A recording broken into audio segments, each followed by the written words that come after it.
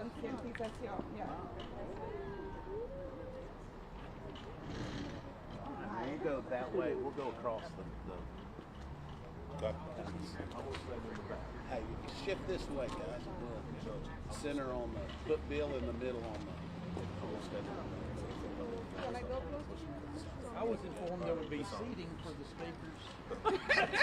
Judge said it's Oh, gonna the be. snapshot. Judge says it's gonna be short. The So pigeons have been here short this Great. afternoon. Who promised me it would be short?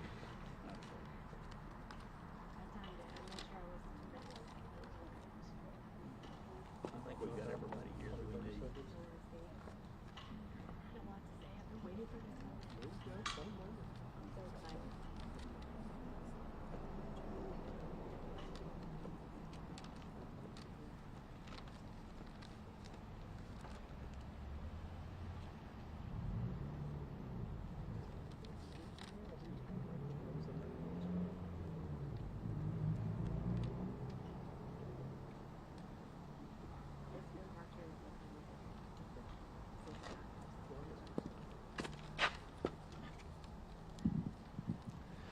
Good afternoon. I'm Bill Bostic. I'm the presiding circuit judge here in Shelby County.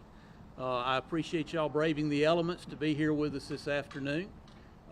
If during this brief press conference where we're going to talk about the launch of our new domestic violence court program, if some of Shelby County's finest come through revving their engines, we'll just pause and then redo that take, if you will, because that will happen at some point during the afternoon. I do want to welcome you here this afternoon and tell you about something that all of the stakeholders involved in this initiative are very excited about.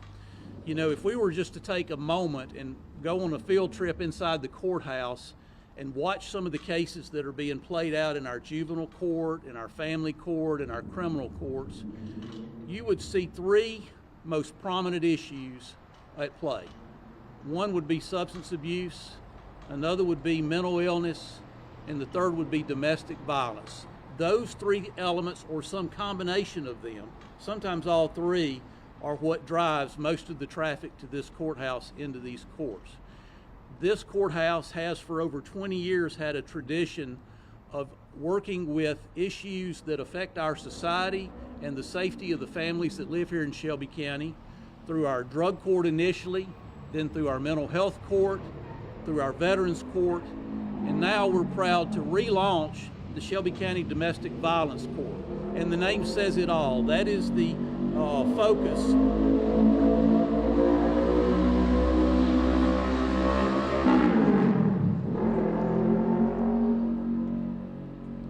I told you, I didn't realize it would be Hell's Angels coming through. Let me redo that.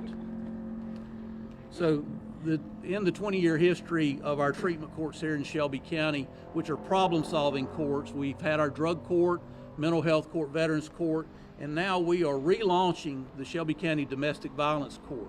When this court initially was established in 2018, it was the first of its kind in the state of Alabama. Judge Patrick Kennedy presided over that court for 4 years, and we took a pause in 2022, but we learned a lot of lessons from that court. And so what we've done now with our various partners, all of whom you're going to hear from this afternoon, who have constituents, who have a stake in this initiative, we want you to hear from them as to what they see as the upside of this program.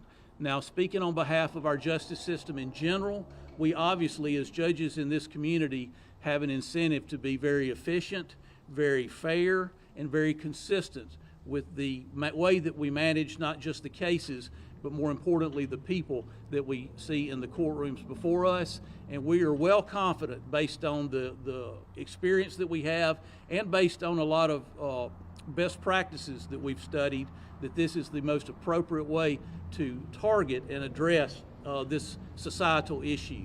So I'm going to yield to Judge Patrick Kennedy, who will preside over the court, and he may speak to you about some of the particulars about the manner in which the court operates. Judge Kennedy?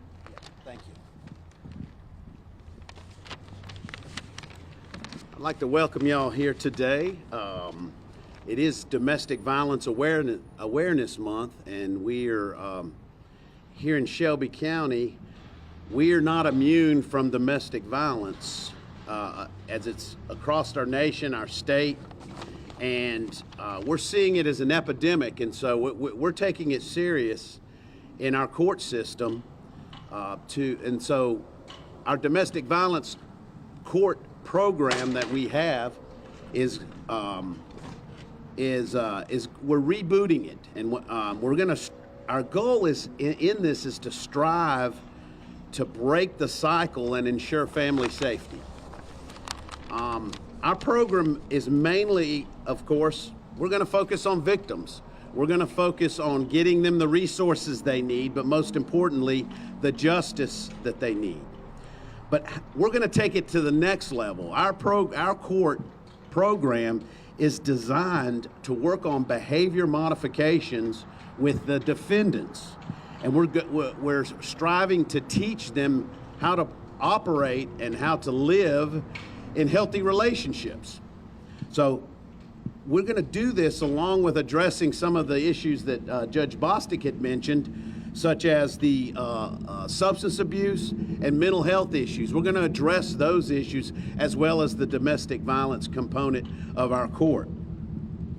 And so with that, the court is designed to be a one-year program in which they meet every 2 weeks, and they come, and it's somewhat of an accountability court where we're making sure they're on the right track, and we're making sure that they're taking the educational component classes on healthy relationships, and we're also ensuring that they're not reoffending or even committing other crimes as well.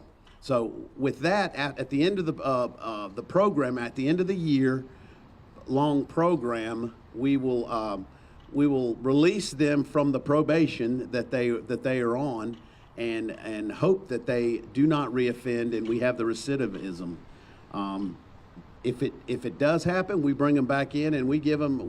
We do not give them just one chance. We give them several chances. As a matter of fact, in our last program, we had several reoffenders, and they went through the program. And one in particular, actually, the light bulb kicked on, and he has moved away from the environment he was in. He's drug-free, and he's got an employment, and he's in a healthy relationship. So we take family safety seriously, and our program is a step in that direction. So right now, I'd like to introduce Shelby County District Attorney Matt Casey. Thank you, Judge Kennedy. Well, thank you all for being here, and welcome to the Shelby County Courthouse. I am pleased to be here today for the announcement of the restart of our Shelby County Domestic Violence Court. I want to thank all my colleagues that are here today.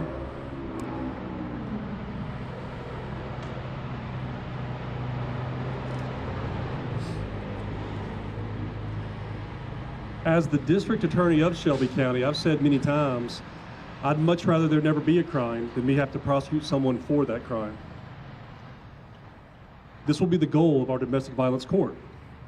In my 16 years as a prosecutor for the state of Alabama, I've handled hundreds of domestic violence cases, from misdemeanor cases to murder cases.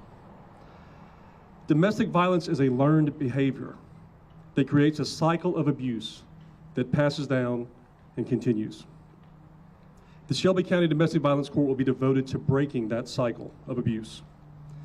In addition to holding the offenders accountable for their behavior, they will be required to attend mandatory domestic violence classes so that they can learn how to handle situations without resorting in a anger way or a violent way, in an effort so that they will not reoffend. Many times, our victims of domestic violence feel they have no choice but to remain in that abusive relationship due to financial or other reasons.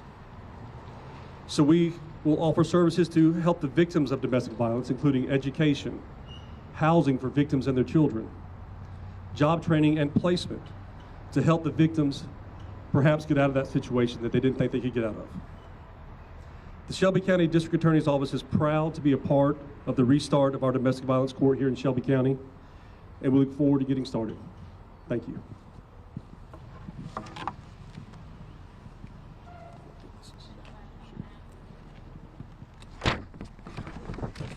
Good afternoon. I'm Sheriff John Seminiego, one of the several stakeholders in this effort.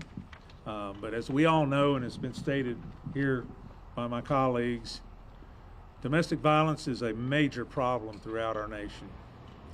Shelby County is no exception to that problem, and it shares a negative impact on all our citizens. Your Shelby County deputies responded to 729 domestic violence calls last year. These type responses are very dangerous for all law enforcement officers, not just the sheriff deputies. The emotions present often lead to a volatile situation, putting law enforcement officers at risk.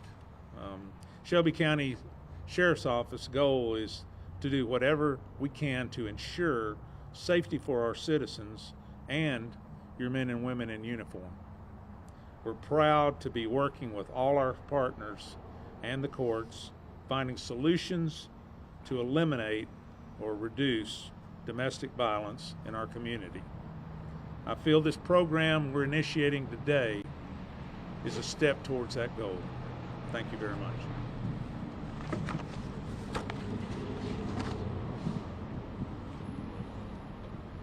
Good afternoon, everybody. My name is Janelle Sierra, and I'm the Executive Director of Safe House. And if you need a spelling, just talk to me afterwards. Let me grab my paper here. So today we celebrate a significant milestone for survivors of domestic violence in Shelby County with the reinstatement of the Specialized Domestic Violence Court. This vital development represents a renewed commitment to providing justice and support for victims while addressing the complexities of domestic violence cases. As a victim service provider, we have witnessed firsthand the profound impact that specialized courts can have on the lives of those we serve. Domestic violence is a pervasive issue that transcends socioeconomic boundaries, affecting countless families in our communities. The reinstatement of this court will ensure that victims receive the focused attention and sensitivity that their cases demand. Domestic Violence Court is designed to streamline the judicial process, which reduces delays that can exacerbate trauma for survivors. With trained judges and court personnel who understand the unique challenges faced by victims, this court will provide a safer and more supportive environment for individuals seeking justice. Furthermore, this court will facilitate access to critical resources, including counseling and legal advocacy, ensuring that victims not only receive the legal recourse they need, but also the holistic support they need to rebuild their lives. We believe that this comprehensive approach will empower survivors to break the cycle of violence and reclaim their independence. I would like to extend my gratitude to local leaders, advocacy groups, and the community for their unwavering support in bringing this initiative to fruition. Their commitment to the safety and well-being of our community members has made this possible. As we move forward, it's essential to raise awareness about available resources and encourage victims to come forward. We urge anyone who is experiencing domestic violence to seek help. You are not alone. Where there are people and services ready to support you. In conclusion, the reinstatement of the Domestic Violence Court in Shelby County is a significant step towards fostering a safer community. Together, we can create an environment where survivors feel empowered, heard, and supported on their journey to healing and justice. Now we'll hear from Angelica Melendez from HICA.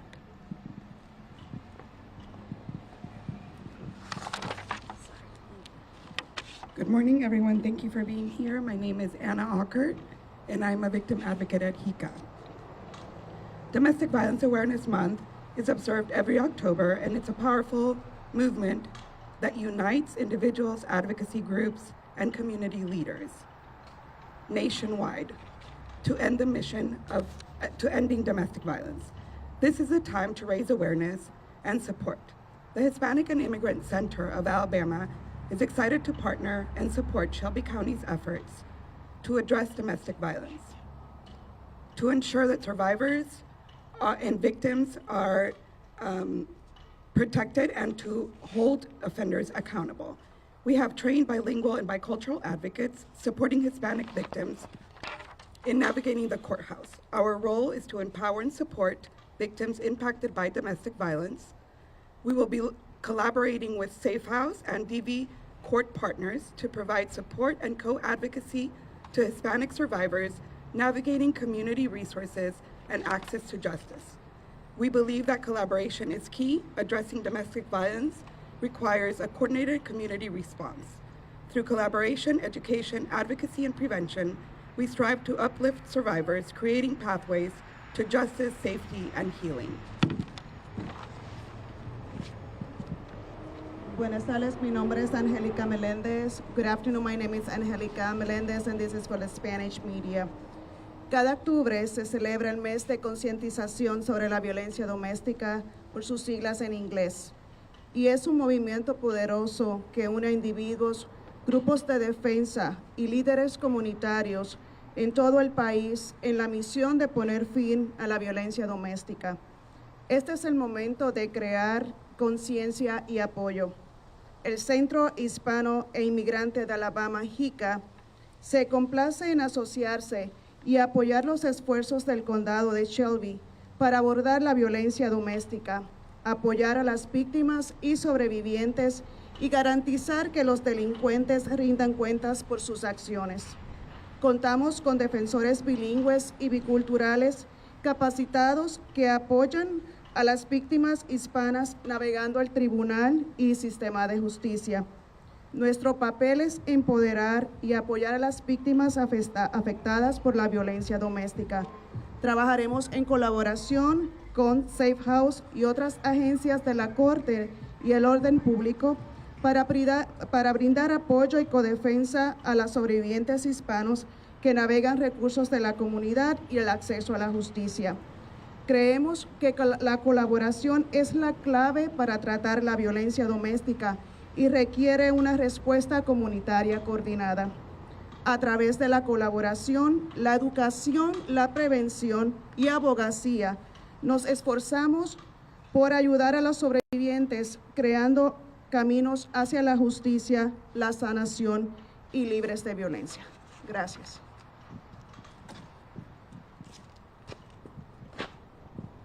Thank you, and I want to express appreciation for each of the stakeholders that are here today and for y'all for being here to cover this as we relaunch this very important court. All of the stakeholders have agreed to answer any questions that you may have that relate to their particular organization or their constituents. Do any of you have any questions for one of the panelists? Yes, ma'am. This might be for the sheriff. Okay, come on up, Sheriff. What were the results from the initial program? Were there fewer domestic violence calls during that time period?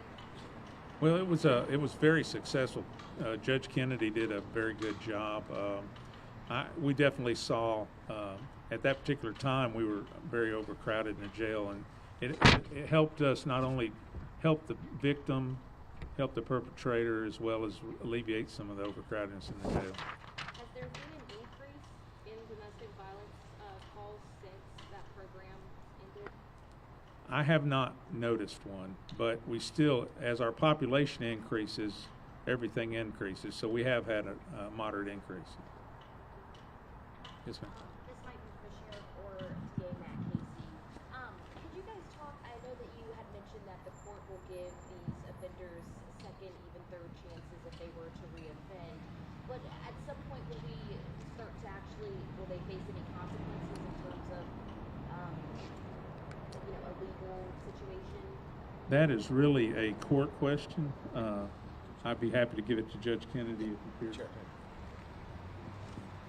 Yes, we also have the Habitual Offender Act in which their sentence, they will be sentenced a little more strenuous than they did the time before. We've had individuals go to the Department of Corrections and serve their sentence, and on the backside of them returning, on the backside of the sentence, they still have to complete our program. So, if we do have a repeat offender, he will get an enhancement added to his sentence, or she will get an enhancement added to her sentence, and they will come back and still have to complete our program. And the program will more than likely be a little more intensive than it was the first time, and the different phases that we have with our program. So, all right. You have another question? I do. Go for me or? I'm not sure who can answer this, but maybe I'll just throw it out there and then we can decide between the Sure. Okay. Can we talk a little bit about why we decided to bring the court back and why it kind of took a pause there for a second? I'm going to let Judge Bostic address why we took a pause for a moment there, and there was a good reason. When the court was launched in 2018, the county, on behalf of these stakeholders, applied for a federal grant that was significant. That grant ran for 3 years. We had such success with the program that we effectively locally subsidized the continued operation of that program after the federal grants had been expended or had lapsed. We took a brief pause during COVID, but not because of COVID. We didn't really pause our court system, but we did face some logistical challenges. And you know, the saying, absence makes the heart grow fonder. We tended to look back on the days where Judge Kennedy was overseeing all of our domestic violence cases, and now we've taken all these cases where they're all in one place. All the stakeholders are all gathered in his courtroom. Our security detail is there to make sure that the victims feel safe and that they are safe. And we noticed that when we dispersed to the traditional system, it was back spread out among 6 or 7 judges in the courthouse. Uneven outcomes, uneven results in some cases, and it just didn't feel like we were doing justice to these type of cases, and we know that they're important cases. So fortunately, Judge Kennedy, who has a passion for this type of court and who actually has led training sessions statewide in other jurisdictions that might look to model themselves after our courts, Judge Kennedy's always had the passion, and he gives his own time. He cleared room on his dockets to be able to restart this program, and that's why we're very excited about it, is we are able to learn from what we did well and what mistakes we made last time around, and hopefully we'll have an improved product this time. Thank you, Judge. Thanks. And this is for anyone who wants to answer this question, can y'all talk about the importance of this two-pronged approach, addressing the victim as well as the offender, how important it is to have those two things working together? I'll address that. When I took over the program in 2019, one of the components of the program is for them to give a speech back to the team once they completed the program, to kind of tell us what they've learned. And of course, some of them, there wasn't a compelling answer.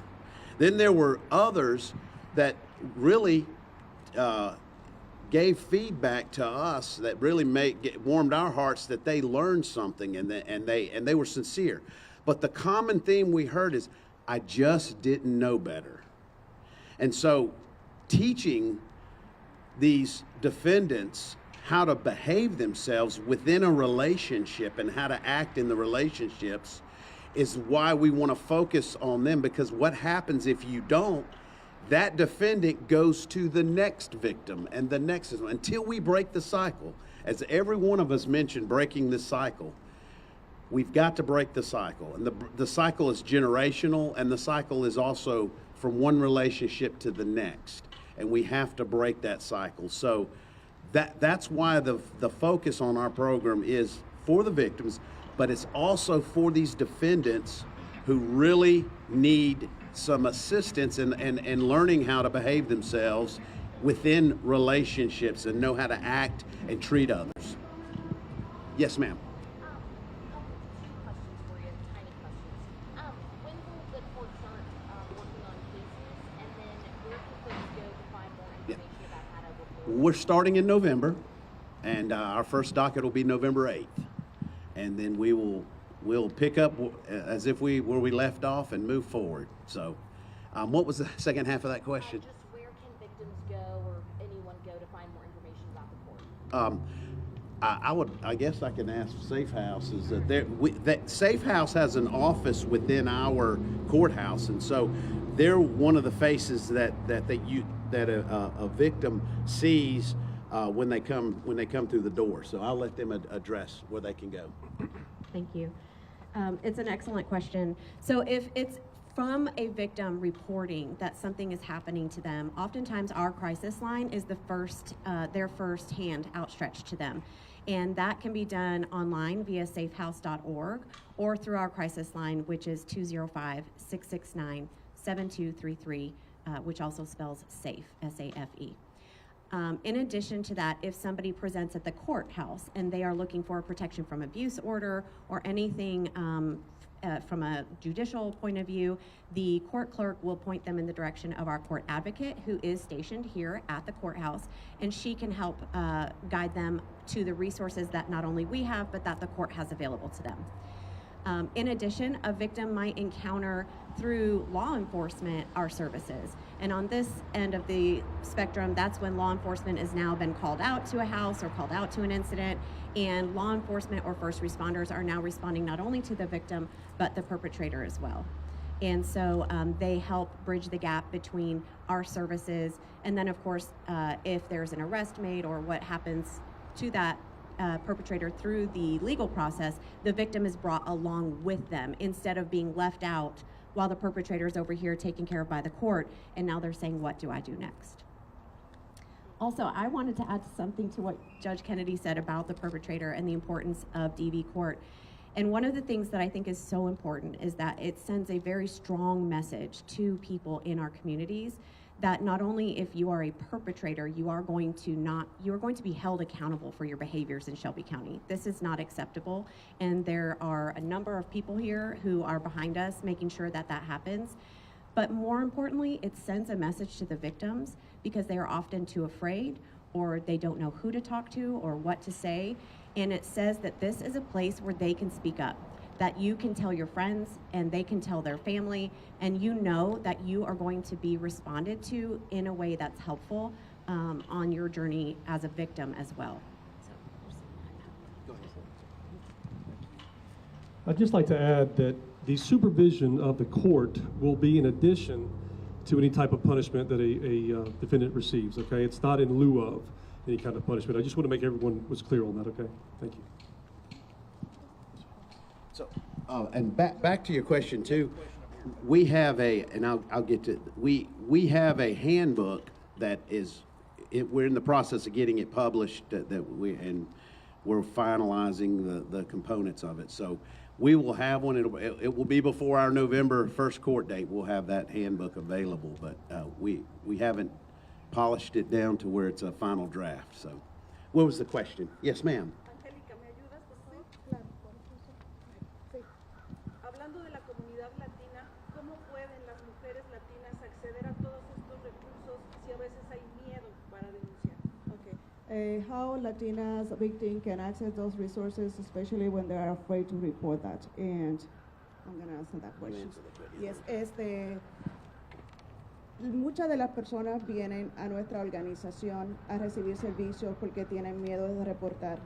Y entonces JICA siempre ha estado ahí para la comunidad latina, especialmente considerando las dificultades que las mujeres latinas de nuestra comunidad encuentran cuando navegan recursos que no son familiares para ellos. Nosotros también trabajamos muchísimo en colaboración con Safe House de Shelby County, y ellos tienen una línea también que cuando las personas necesitan llamar esa línea de crisis, lo cual es 24/7, pueden encontrar recursos en español. Y ellos también tienen refugios y la colaboración con ellos es increíble. Y entonces si las personas ven la necesidad de utilizar los servicios de JICA y llegan a Safe House, nosotros como quiera trabajamos en colaboración. Pero eso es un llamado para la comunidad latina de que no están sola, de que hay ayuda disponible y estos son los recursos que ustedes tienen en nuestra comunidad y en el condado de Shelby County.